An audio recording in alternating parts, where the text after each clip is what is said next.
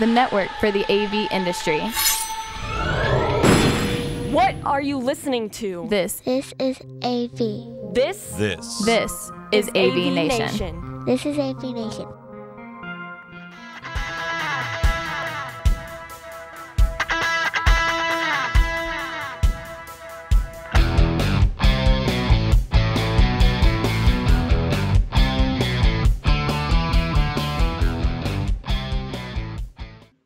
Greetings, everyone, and welcome to Connected, Everything IoT. I'm your host, David Danto. As you guys know, I'm the Director of Emerging Technology for the IMCCA, and I'm one of Dimension Data's principal consultants working in collaboration in the UC space.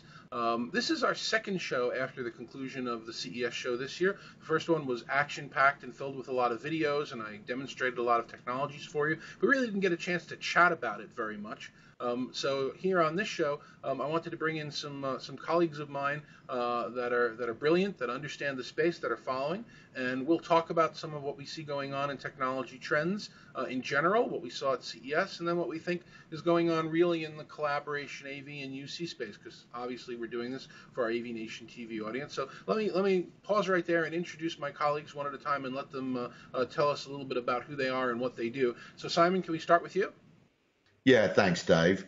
Hello, everyone. I'm Simon Dudley. I'm the CEO and Chief Contrarian of Accession Events, consultant in the video conferencing and UC space, and most of my work's involved with helping organizations move from a boxes-based business model to a cloud-based business model these days. It's interesting how marketing got reinvented over the last 10 years and sales hasn't. So a lot of my work's in that, but I'm excited to be involved in today's conversation. So thanks, Dave, for getting me involved. Thank you, Simon. David, you want to introduce yourself? Sure. Thanks, Dave. My name is David Maldo. I'm the founder and CEO of Let's Do Video. We're a news and analysis site. I cover business communications and team productivity with, of course, a very heavy focus on the video. All in all, I've been following this industry for over 10 years. And Dave, I really enjoyed your video from CS, and I'm happy you invited me here to chat about it. Great. It's my pleasure. I'm glad to have you. And finally, Erwin? Yeah, hi, this is Erwin Lazar. I'm Vice President and Service Director at a market research and IT research firm called Nemertes. Lead our coverage around unified communications collaboration, focusing largely on enterprise organizations, helping them make hopefully better decisions about collaboration communications, including video. And thank you, and happy to be here as well. Terrific, guys. Thanks very much for joining me. So, I've started a number of these connected shows with references to the Terminator, that artificial intelligence is taking over and we're all just doomed. And, when we were looking at some of the things that came out of CES this year, there were robot bartenders and there were robotic things. But the difference is, instead of having all these artificial technologies communicating to us, the artificial technologies were now talking with each other.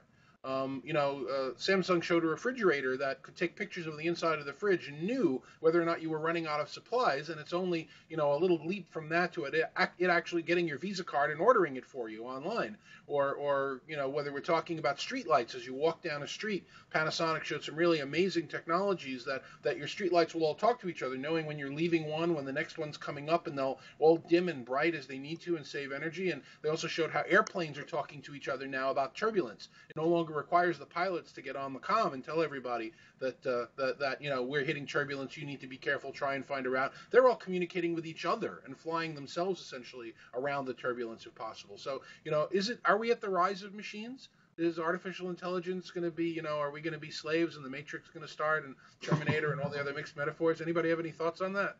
Oh, I have a lot of thoughts on that. And so let me start by saying, I agree entirely, Dave, that the computers are going to talk to each other a lot more, I think, than we are going to talk to the computers. We won't need to talk to the computers in the sense that they will be like the ultimate butler, in that they will all talk to each other behind, downstairs, as it were, and they will all interact, in fact, and work out what we want. Salesforce has already understood this. They understand that Salesforce started as a platform for CRM, and they're realizing that all their developments, or a lot of their developments now, are around this idea that machines will be sending messages to each other, and all that data, they hope, will live within the Salesforce environment. So I think that the internet of stuff and this way that they'll all communicate with each other, and we will simply blithely go about our days without even understanding that I put my hand out and there's a cup of tea there ready for me, has been worked out because the AI has done all that work for us. It's interesting. Sorry, Dave, go on. Yeah, I also don't see it as a scary thing, but as things working the way they always should have worked. If I'm driving around at 3 in the morning and I'm the only one in town, forget about self-driving cars, assume I'm still driving. There's no way a light should be red when I pull up to it. My car should be talking to the grid should be talking to the light should be green when I'm 2 blocks away. It's crazy that and how many times have you sat for minutes at a red light at 3 in the morning when there's no other cars out there? So I think it's just going to be things working the way they always should have worked. I think, so I'll take a little bit of good. Yeah, I'll take a little bit of a contrarian approach. The downside to all of this is that they're still largely programmed by humans until we get to a point where the machines can start to program themselves. And as such, reliability becomes an issue. We've seen airlines go down because of back-end IT systems that can't handle reservations that leave hundreds of thousands of people stranded in airports. I think security is the thing that keeps me up at night when I think about IoT. It's in looking at a lot of the IoT devices, especially things that have come out of CES in recent years, security is not first and foremost in the mind of the developer. It's consumer-grade security, especially for wireless network access. We had a big issue with a number of companies we talked to that were looking at Google Glass, where it was shared key security. So I would never know what Google Glass device was on my network, who was putting one on my network. And Dave referenced the article you recently wrote on LinkedIn, looking at things like backdoors that might have been left in. These are big, big issues when you start thinking about all of these devices potentially coming on a network. Absolutely, and the security, we took that on a prior show, and it's actually going to be the topic of our next show based on that article. The thing that came out with a security organization recently discovering backdoors in a room control system, and I've been a huge advocate, at least for the last year, saying that most of the integrated AV rooms that are out there are just nightmares waiting to happen. And if you do any research into all these devices that we're putting on the network, large organizations are setting up these huge firewalls, and impossible to get into the front door, completely armored, USB sticks completely disabled. You're not allowed to send attachments. You're not allowed to do anything. And then they use a screen door on the back, so anybody can walk right into their network. So I think it's going to be a big thing that's coming up going forward. Security, how are we going to manage, firewalls on millions of devices that are hitting the network? So I agree with you. It is a scary thing. The more benefits we get from it, the more I'm afraid that something's going to go wrong and people are going to get access to things they shouldn't have access to. Well, Dave, as a counter, right, just as a counter act to that conversation piece, Erwin said he's worried about the human element programming the computers. Well, I think that's a fair fear at this point, but two issues are coming to the fore. One, computers are beginning to program themselves, right? Just this week, using deep learning technology, a Google AI became, I think, about the third best Go player in the world. And for those who don't know about Go, it's a enormously more sophisticated game than chess, which was first beat humans, by the way, in 1997, or world-class ones. And Go looks like it's now been solved. They're going to play the world's best Go player in a couple of months, and he wins $1 million if he beats the AI. So, there's some high-stakes stuff there, and they are effectively programming themselves. This thing isn't taught. It's taught the basic rules, and then it goes away and plays it. The other thing that will happen, and not today, and I do agree that there's still an outstanding problem as we speak, but moving forward, it seems that what they're looking to do is make every piece of technology utterly unique. And I don't mean all Fitbits are the same as each other. They will all be slightly different in the same way that all humans are slightly different. And you can do that by using deep learning and changing it differently so that if one thing is affected, it doesn't mean that all the things that look like it are also affected. That's not out today, but it will happen. Simon, security is not just the concept of safety, although that's a huge thing, and I totally agree with that, and there's certainly a legitimate fear there. But, this was about my 15th CES. Honestly, I have to go back and count, but that's pretty close. And I would say like 8 or 9 years ago, you couldn't walk 3 feet in the hall without seeing somebody that had a mobile phone case. That was the Kleenex of the show, that everybody was showing their own stuff. This year, it was health tracking applications and fitness bracelets. We would make $1 billion if we could come up with an unfit bit. There was a joke that I made, the smolder instead of the blaze. but everybody's got them. Everybody wants them. People, and I think, if you're going to spend that kind of money on something that you strap to your wrist, it should automatically just give you the body shape you want. There shouldn't be any additional work involved. But the question then, specifically around security, becomes privacy. Who owns that data when you strap that thing to your wrist? What click that when you install the software that you're saying accept, accept, accept? Where is that data on your health and your body shape and your heart rate and your shopping? Where is all that going? And how are people are you've said a million times, right, about who's the product? I mean, the where is all that marketing going, and is that a good thing for technology in our industry? Well, I will say one very brief thing that Dilbert said in Dilbert's Book of the Future in 1997, I think that book came out, that in the future, there will be no such thing as secrets. In fact, what people will try to do is stop everyone in the world knowing every single thing that they do. And I think that social media would indicate that people can't help oversharing. Whether that's a good thing or not is open to debate, but it's certainly a truth. And I would hope it leads to an environment where marketing becomes so targeted that my spam folder is full of things that actually might interest me versus, trying to think of what I got this morning, a conference in Australia that I really probably will not be attending. So I'd love to see the information used for such targeted marketing that it maybe even cuts down on the amount of spam and unsolicited requests that we get. I like that. People are always creeped out by targeted marketing. I Google some guitar tablature, and the next thing I know, I'm on Facebook and I'm seeing all the advertisements for guitars, and it feels creepy.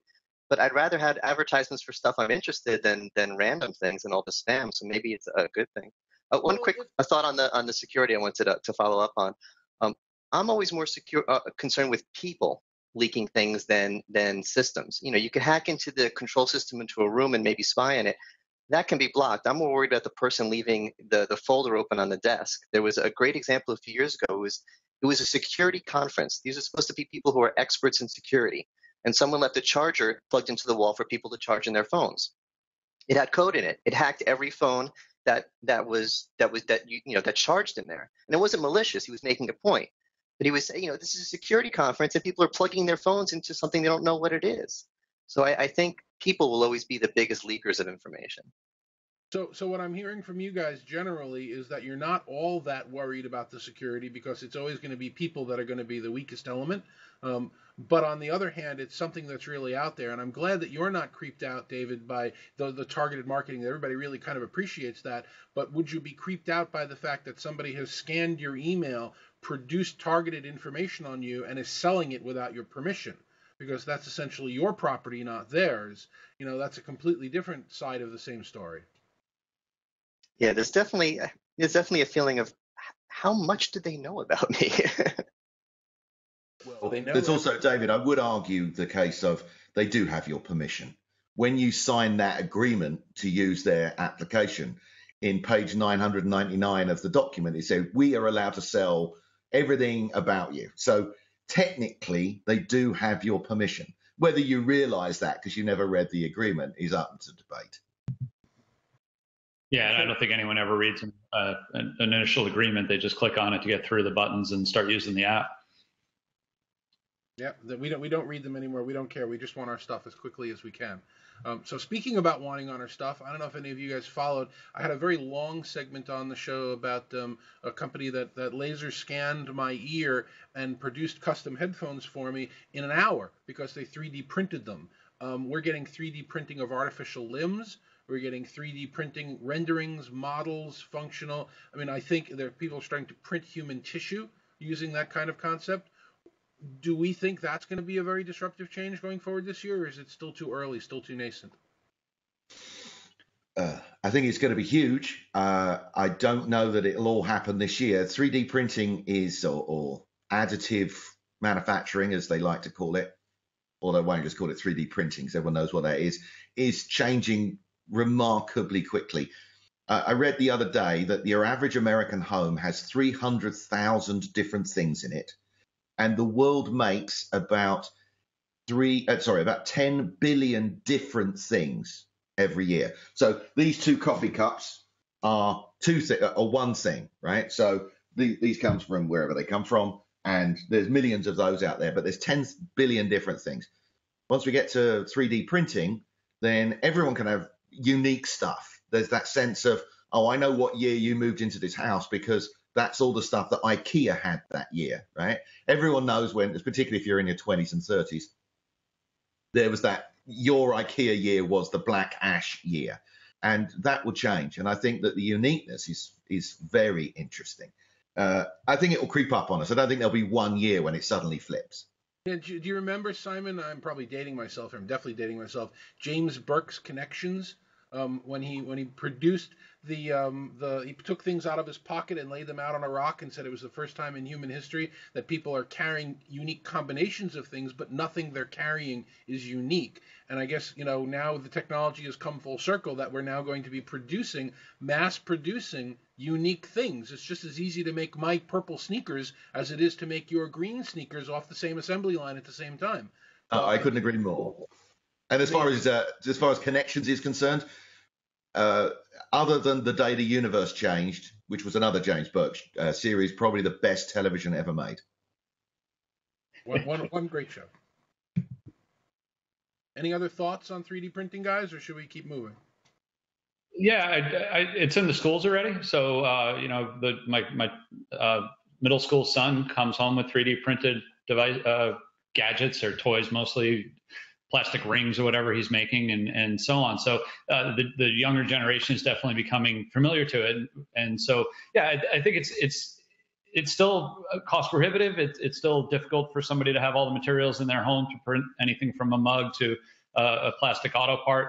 It'd be interesting, to see if the next generation of a Kinko's is a 3D printing shop that you go in, or you send them what you want to have printed, they print it for you and let you know when it's done. There's probably a business opportunity there.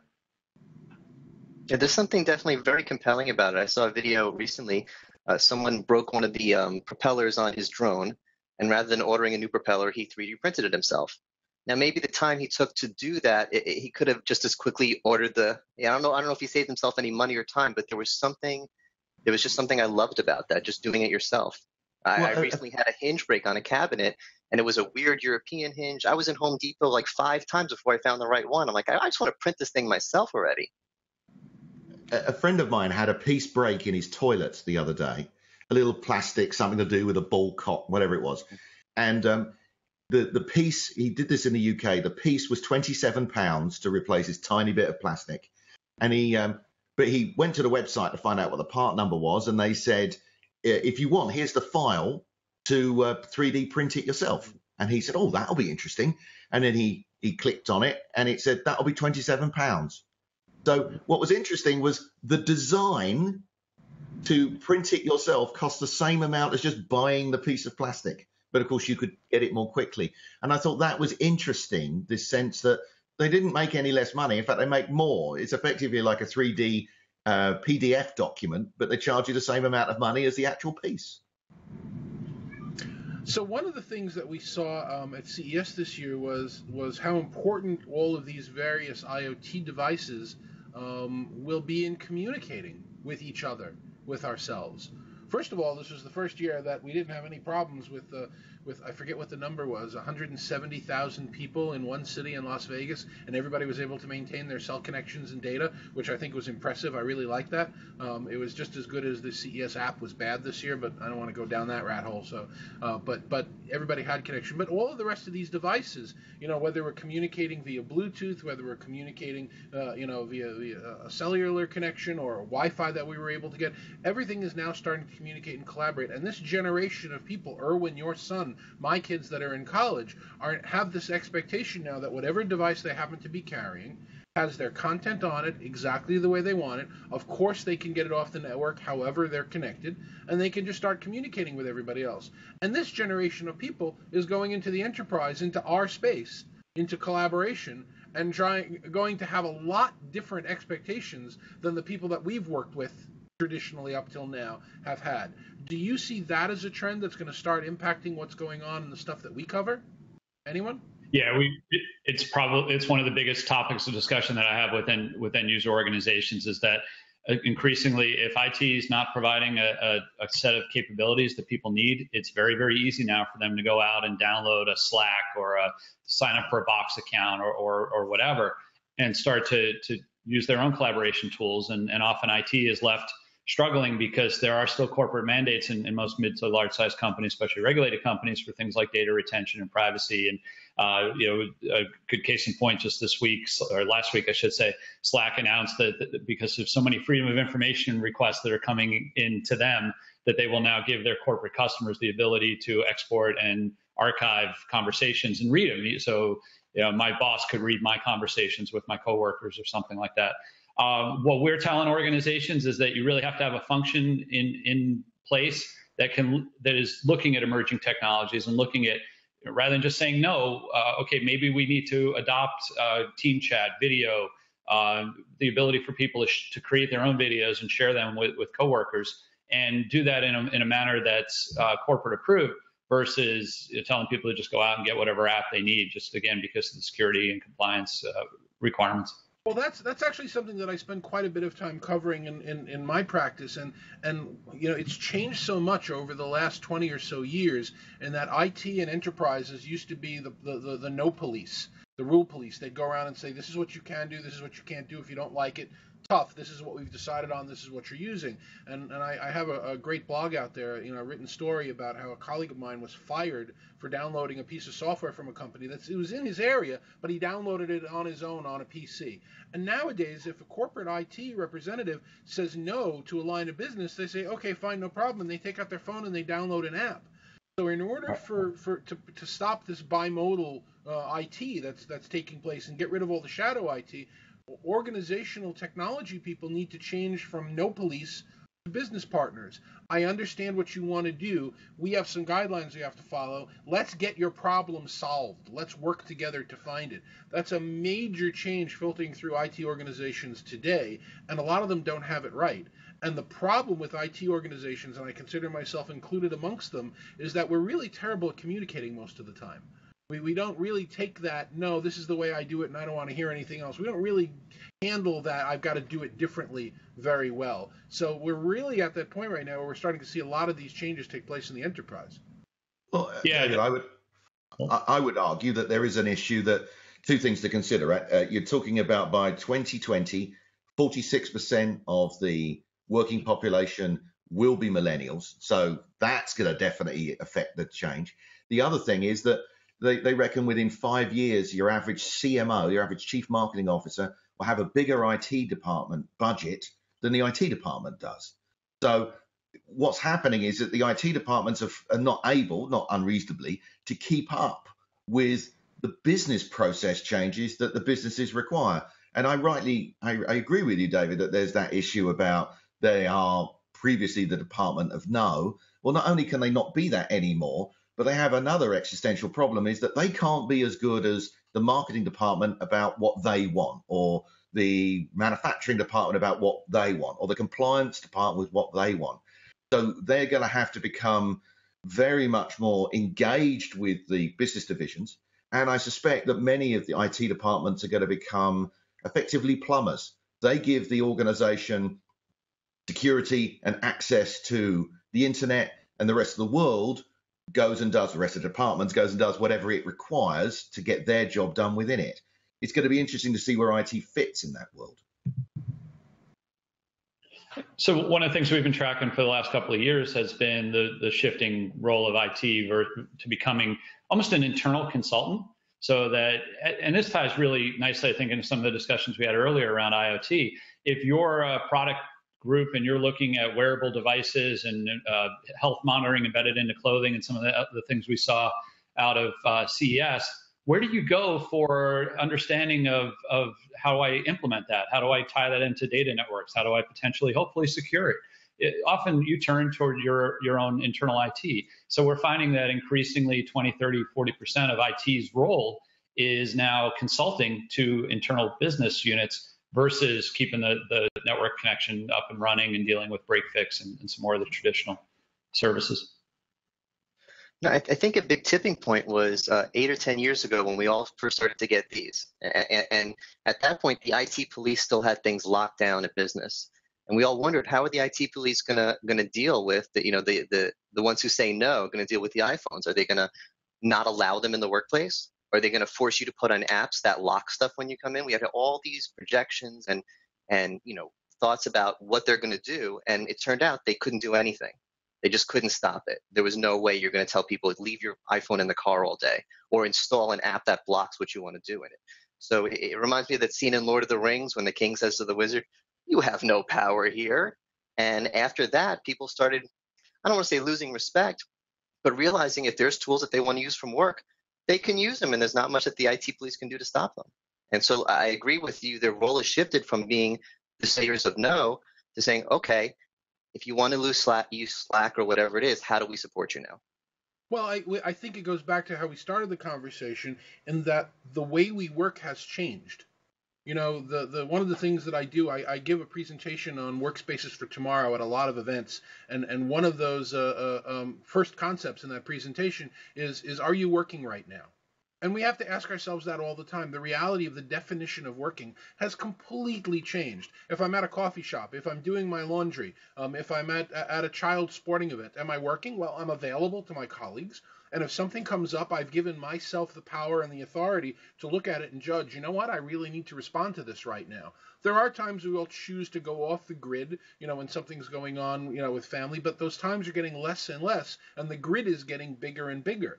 And as technologists and as thought leaders in the space, we have to come up with what the new balance is around this is what we're doing for working. This is how we can communicate. Yes, I am going to be working from my home office today. I am going to save the commuting costs and the carbon and save my company money. But in order to do that, we need to rebuild our tools in this whole new way. And that's what we're starting to see. We're starting to see some of this IoT technology, some of the newer collaboration technology, some of the old stalwart firms changing and modifying in order to support the fact that we all work differently now. I mean, unless you're a barista or a construction worker or an artist or somebody who has to physically be touching things or physically be in a place like, like an airline crew, we're all working from wherever we are now.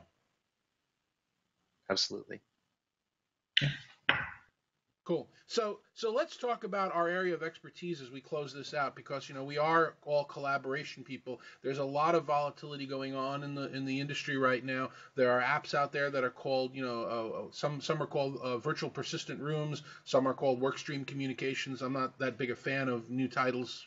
Arose by any other name is how I kind of put it. But there's that going on. There's the fact that we are now building all of these wonderful open offices, and people still need to collaborate from wherever they are, whether that's sitting in a banquette or at a home office or on the subway or an airport. The technology's got to change. There are manufacturers vying for position. There are whole companies are changing names in the last couple of weeks. New products coming out, new products that we've been waiting for a while. What do you guys see as, and not so much predictions with company names, but as trends in the collaboration space over the next maybe 12 to 18 months?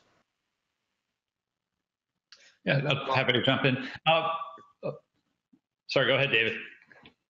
Oh, well, Slack is the fastest growing business app in the history of the universe. So, there are some people who still don't get it and say, oh, I tried it and it's just one more thing to check every day. It's not one more thing to check every day. I've been using it for my team since I founded Let's Do Video. I get one internal email every month or so. If someone on my team has to forward something from someone else, I'll get an email from them. It's reduced my internal emails by 99%. And there's a lot, I don't want to spend too much time, but there's a reason, there's plenty of reasons why it's so popular. It's a lot more than reduction of email, and it's going to continue to grow. Those who don't get it are going to start getting it. And I think it relates to what we were talking before. People are going to have to learn how to support it in the workplace as opposed to blocking it in the workplace. And it's going to continue to grow. Have you ever heard of a product called the Diamond Rio? Does that ring a bell? Anybody on our chat today? The Diamond Rio was the first MP3 player. At a time when there were Walkmans and other things that are out there. And everybody said, it's innovative, it's an interesting concept, great, this company's going to go anywhere. They don't exist because people came along and did it better. I really think that Slack is the Diamond Rio reincarnated.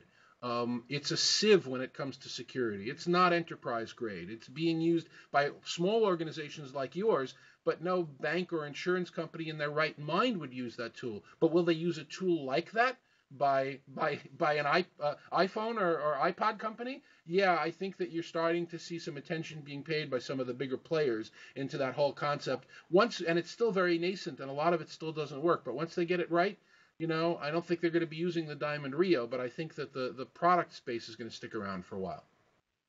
Yeah, I think it's the product category that I'm excited about. I mean, I'm loving Slack because that's what I'm using right now, but it's the category which I think is going to be a big hit. And whether it turns out to be Spark or the Unify or whatever, or something new, it will be something.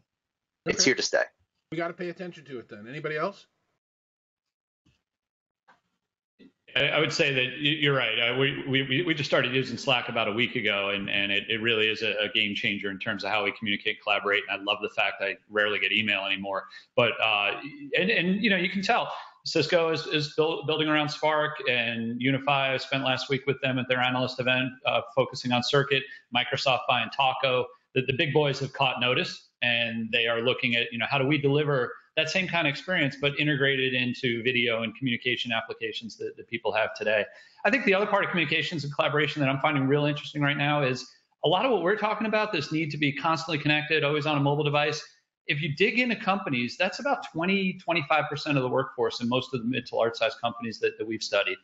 The remaining 75% are task workers. They spend all day in Salesforce, or they're insurance adjusters, or they're doctors, or they're nurses or whatever, and they have very minimal collaboration needs. But the opportunity there is to embed communication collaboration into the applications that those people are using day in and day out.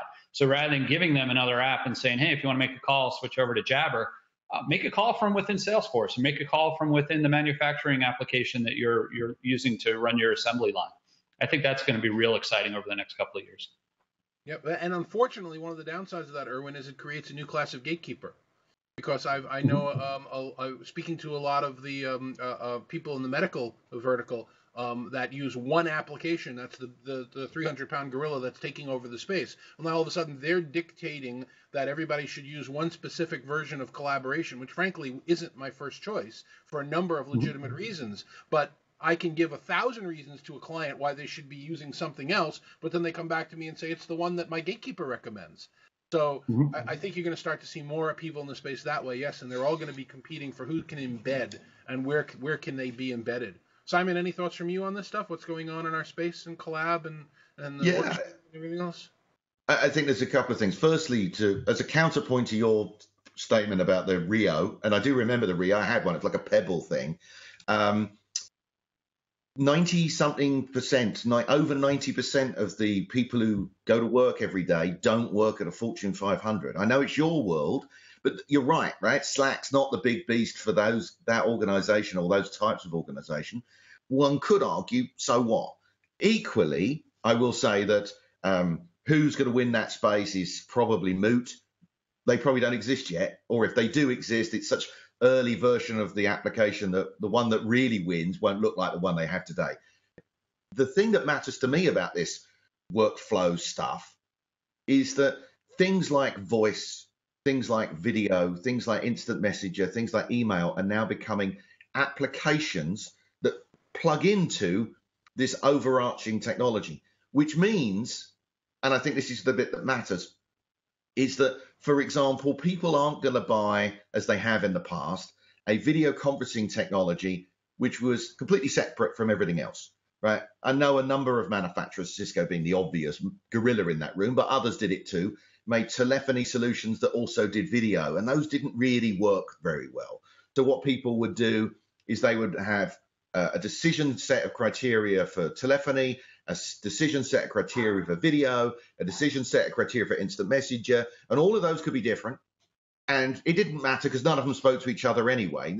It wasn't the way that people did business. Silos now every day still. Right, but things like Slack, if you, like David does, live in Slack, then everything he does needs to be part of that solution. If someone turns up at his door and says, I've got this great video conferencing solution, and his question is, does it work with Slack? And he goes, no. Well, I don't want to talk to you about it then. I just want to look at the things that fit within that world. And I think that will change the buying criteria for many customers and will be a highly interesting way that the world will change the way that it judges things. I get that point, Simon, but until there is a ubiquitous platform that every small company is using. David can, and I'm sorry, David, we don't want to hang you out here, but small organizations can stay within, their little siloed app and Katie bar the door and everything else until for some reason their B2B requirement means they need to talk to another organization on a regular basis. And if they're in a different silo, they're screwed. Unless you're using something that's more universal and more widely accepted, and something that didn't have 500,000 passwords stolen on the internet the same day they were announcing a new round of funding, it's going to be very difficult for companies to communicate B2B. As soon as David wants to get on video with his banker, his gatekeeper application is going to fail. So, yes, perhaps, but your argument, you see, leads to this. Well, there must be one solution, and I've been in technology 30 years, and every year, like when I started, I remember people said to me, "Oh yeah, the world's going to go compact PCs," because IBM had just killed themselves with OS2. They'll go compact PCs. They'll go Novell network, where they'll go WordPerfect. No, I'm arguing the exact opposite, Simon. I'm not saying there has to be one solution. I'm saying there can't be one solution. I'm saying that we can't live in a world where one single siloed workflow app, there's going to have to be these intermediaries, these gatekeepers, like Acano being purchased by Cisco. That's closed by the time this airs for $700 million. They did that for a reason. They happen to be one of the best players in connecting anything to anything. And that's going to be a huge space going forward. So I think, yes, those are trends we have to watch this year. Also, what will happen to the collaboration space now that Acano, who is probably the biggest independent, glue organization, is now going to become part of Cisco. What's going to happen? Are they still going to be able to connect to everything as much as they usually do? Will somebody else emerge? Will all the other players that are doing that all of a sudden get bought up by other big boys? So we'll now just have, again, the 3 or 4 firms doing it. It's going to be a wild space to watch this year, in my opinion. Yeah. If history's any guide, then there will be a ton of consolidation in 2016. And history's normally a pretty good guide. Okay, let's go around for a last one. Yeah, and I think we're already seeing it. Go ahead, Erwin. Yeah, I was going to say, I think we're already seeing it. Glip getting acquired. Let's see, Fuse getting acquired. Taco getting acquired. A lot of companies trying to buy into this new collaboration market. So what would be, in your last word, what would be the thing that you would tell everybody to kind of keep an eye on for the year going forward from a technology or a collab or any space? I think the 2 things that we've talked about, the team chat applications and the ability to take APIs from communication providers and build their capabilities into those gatekeeper applications that you talked about. Okay, David, your last thought?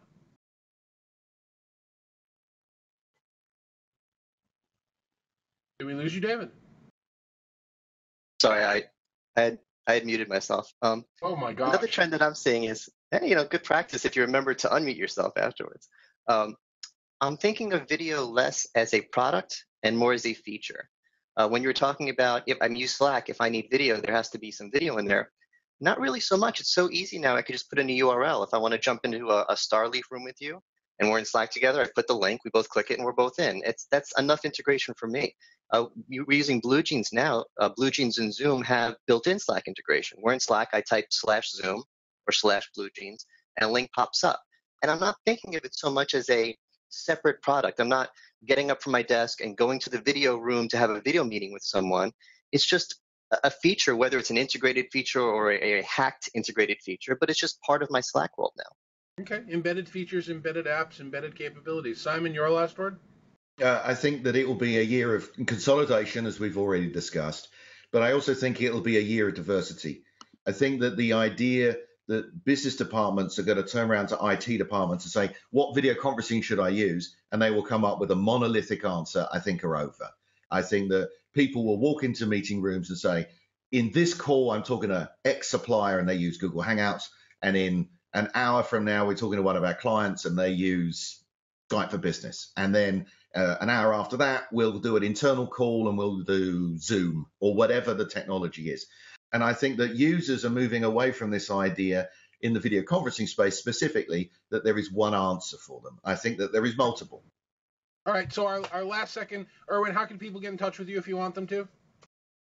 Sure. Follow me on Twitter. I am Lazar, Lazar, or erwin.lazar@nemertes.com. Terrific. David? You could follow me on Twitter at Let's Do Video, or my website at letsdovideo.com, and sign up for my newsletter at letsdovideo.com/newsletter. And Simon? At Simon Dudley on Twitter and sdudley at accessionevents.com on the internet. And amazing, when I go to trade shows, the first thing I ask the people at the booths is, do you have a Twitter handle? And still, 80% of the people at the booths don't know what I'm talking about. My name is David Danto. I really appreciate you joining us for this episode. Our next episode, we're going to deep dive back down into security of AV, security of conference rooms. We had some great guests when we talked about it the last time, but I think the world's changed since that last mainstream article came out. Thank you for joining us here on AV Nation TV. All the thoughts that you heard obviously are belong to the people that spoke them, including myself. We appreciate you very much joining us, and we'll see you on the next show. Take care. The network for the AV industry. What are you listening to? This This is AV.